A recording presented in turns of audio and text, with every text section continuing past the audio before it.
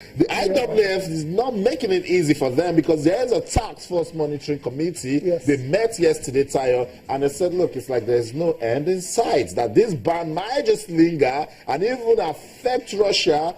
They might not participate at the World Championships in August. Can you imagine that? Yeah, well, I can't imagine it. I can't imagine it because, like you said, the task force, they're doing their job. And from what I've seen so far, from all the evidences in the front, it doesn't look like Russia are ready to come back into the fold. I mean, the Olympics has ended since when now?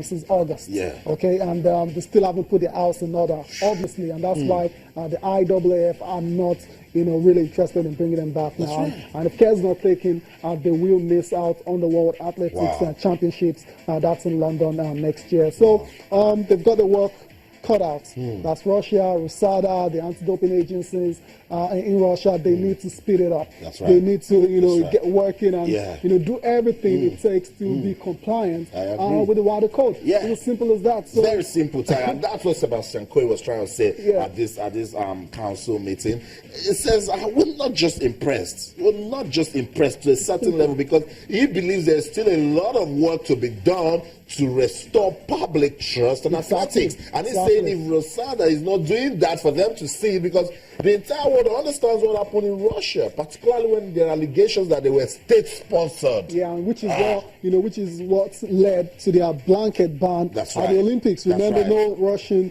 athletes were allowed to compete at that particular, track and field. To be precise, they were not allowed to compete at the games in Rio. And one would have thought that given all that time from then until now, they will have sorted, they would have put their house in order. But it doesn't appear so at the moment. And Austin, there's not a lot more to say now, other than for them to keep working, try and be compliant, and so they can return, because we can't take it away from Russia. They're superpower. That's right. When it comes to sports. That's right. And that is why there are a lot of lessons to learn. If a superpower can be in this sort of mess, then it means other countries need to be watchful. You need to do a lot of education. Athletes must know what to take and what not to take. We all must come together to ensure that we run a clean sport in athletics. And that's what Sebastian Coe and the IAAF they're trying to do. Let's listen to Sebastian Coe. He's trying to let us understand the reviews they're doing to ensure that they don't just bring Russia back into it, and then there's still some more problems. It's Post this on Channel. Steve, don't go anywhere. Stay. One of the key remaining issues is how to demonstrate that IAAF and RUSADA, once it is reinstated, will be able to conduct their anti-doping programs in Russia without outside interference.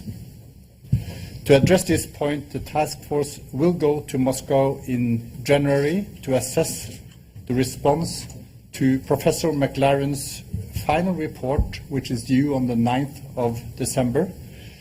It will also closely monitor RUSADA's effort to meet the conditions set by WADA for reinstatement as a truly autonomous, independent, and properly resourced NATO.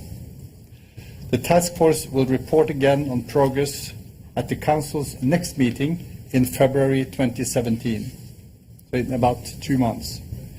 At that time, it hopes to be able to identify a clear roadmap and timetable for RUSAF's reinstatement.